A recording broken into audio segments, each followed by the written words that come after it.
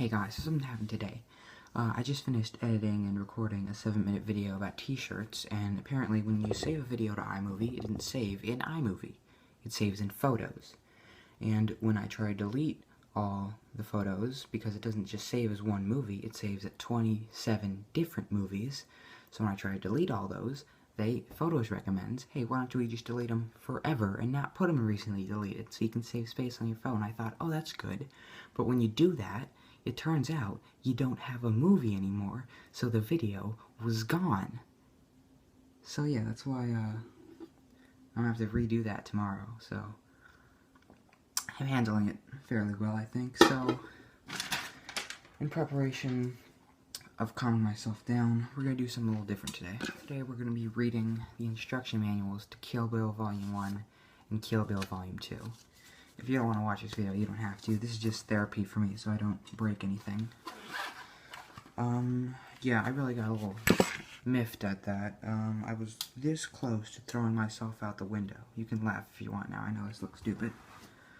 So yeah, we're going to be reading instruction manuals. It's not instruction manual, it's not a game, but to the movies Kill Bill Volume 1 and 2.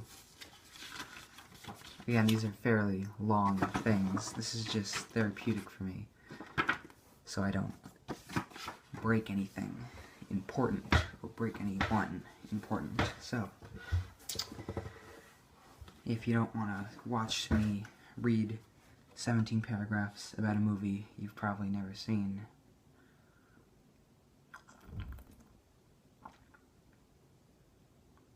by all means leave. Here we go. It's been 11 years since Quentin Tarantino got famous with his debut film Reservoir Dogs, and 9 years since he got really famous for Pulp Fiction. When the former came out, I wrote as a mild negative and general positive review. In many ways, Reservoir Dogs feels like a student's film debut based on old movies than on life itself. I just remembered I'm bad at reading, so this will be fun. While Kill Bill Volume 1 certainly doesn't feel like a student film's debut, it is most certainly based on old movies than on itself.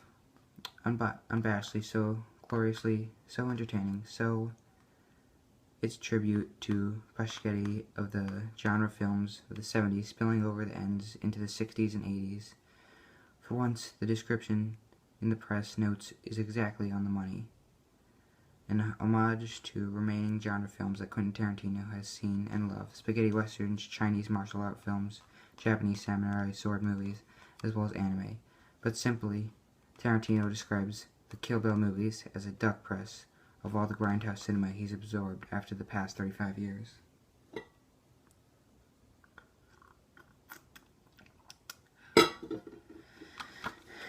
It was late to the game that Tarantino and Miramax decided to release the movie in 2 parts, the second due to the next February, but Volume 1 feels more satisfying and self-contained than this year's other half movie, The Matrix Reloaded.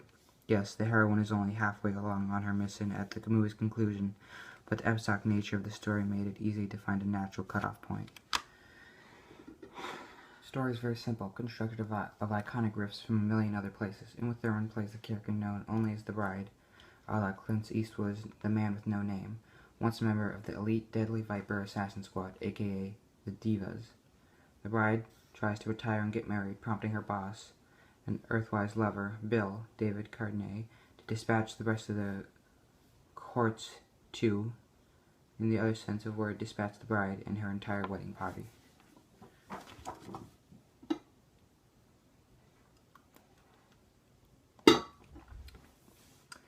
It's a slaughter, but miraculously the bride survives, lapses into a coma, and wakes up years later with the only thing on her mind: revenge. She makes up a checklist of the people she must take vengeance on: Orishin Ishii, Lucy Liu, Vernetta Green, Vivica A. Fox, Bud, Michael Manson, Ellie Driver, Daryl Hannah, and of course, Bill. Tarantino may have cooped to the basic notion from the Cornell Woodchucks, The Bride, or Black, or the Truffin film version of the book Tori Shafiri's 1973 Lady Snowblood, recently remade as The Princess Bride, or any one of a zillion movies, be they bridal revenge, or just a female revenge, or just revenge. It's a variation on the classic concept that long predates the martial arts film and westerns, and probably predates even the court of Monte Cristo. This is a terrible mistake I made. But it's better than me accidentally breaking somebody's house down. Again, if you've made it this far, congratulations. You really have nothing going on in your life. Of course, it's not Tarantino's blood to tell a simple story in a simple way, so, as in his other films, he has scrambled the temporal order. The film divided into 5 chapters, and it's only initially confusing when we see the title card, Chapter 1, 2. We realize that 1 on the bride's list has already been confronted. Tarantino just doesn't want to show us the scene right now, so he starts at a later point in time and backtracks. That's just one of the ways Tarantino puts his own stamp on the familiar material. While you don't have to recognize a single reference to enjoy the movie, the very nature of the film also makes it a parlor game for hardcore fan geeks. Ooh, is that strangely designed shot from Hideyoshi or Shinichigi? There's a plot element from Once Upon a Time in the West. The fight concepts from King Hu. Wait a minute, is that an early Brian De Palma scene doing here? I don't know what those people are.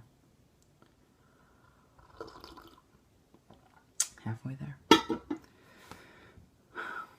There will be doubts, but be some complaints, particularly from the really hardcore film geeks, about how devastating the film is.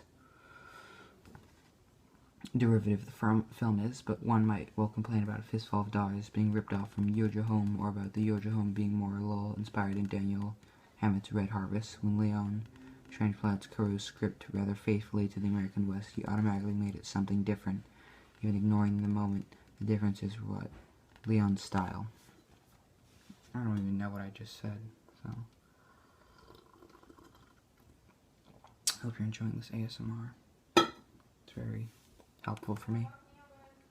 Okay.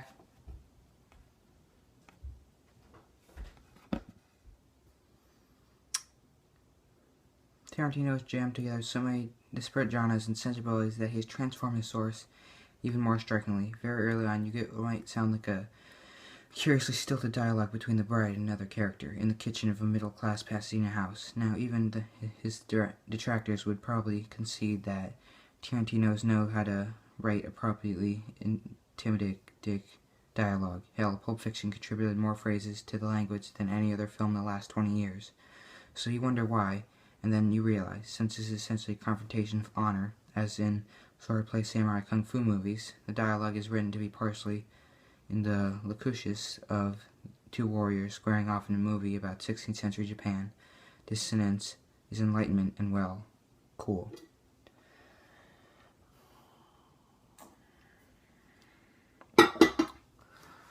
Likewise, the juxtaposition of music and images is often unexpected, even though enough to create new moods and meanings. Flamenco music for a samurai fight, for instance. Tarantino has always had a clever electric ear for found music. None of his earlier films had a newly composed score. While Kill Bill does have a soundtrack credit to the RZA, his contribution, in this first installment at least, is minimal. Instead, we get a blend of spaghetti western music from Louis Bacalov and Ennio Morricone, blaxploitation soundtracks from Isaac Hayes, American and Japanese pop, part from theme from Ironside, and even a great track from, I kid you not, Zerum Master of the Pan Flute. Yeah.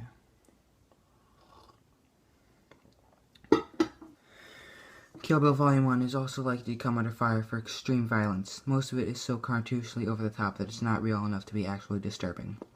Particularly during the final big fight scene, the bride against the crazy 88, which whom there are actually about 3 dozen, where heads and limbs get sliced off, generally resulting in a fire hose-like discharge more blood than human blood could possibly hold.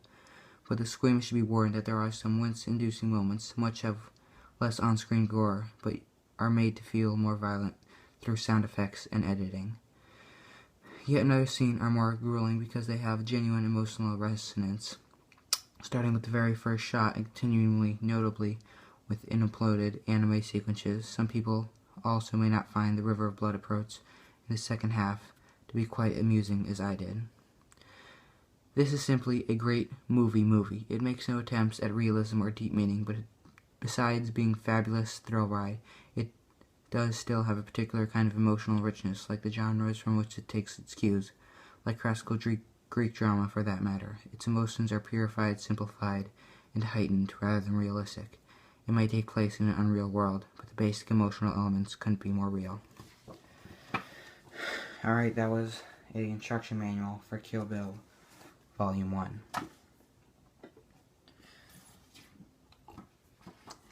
That'll be all for today. I don't think we're going to do Kill Bill Volume 2. My reach has been subsequently diminished since the accident of deleting all of my video, but you know, let bygones be bygones.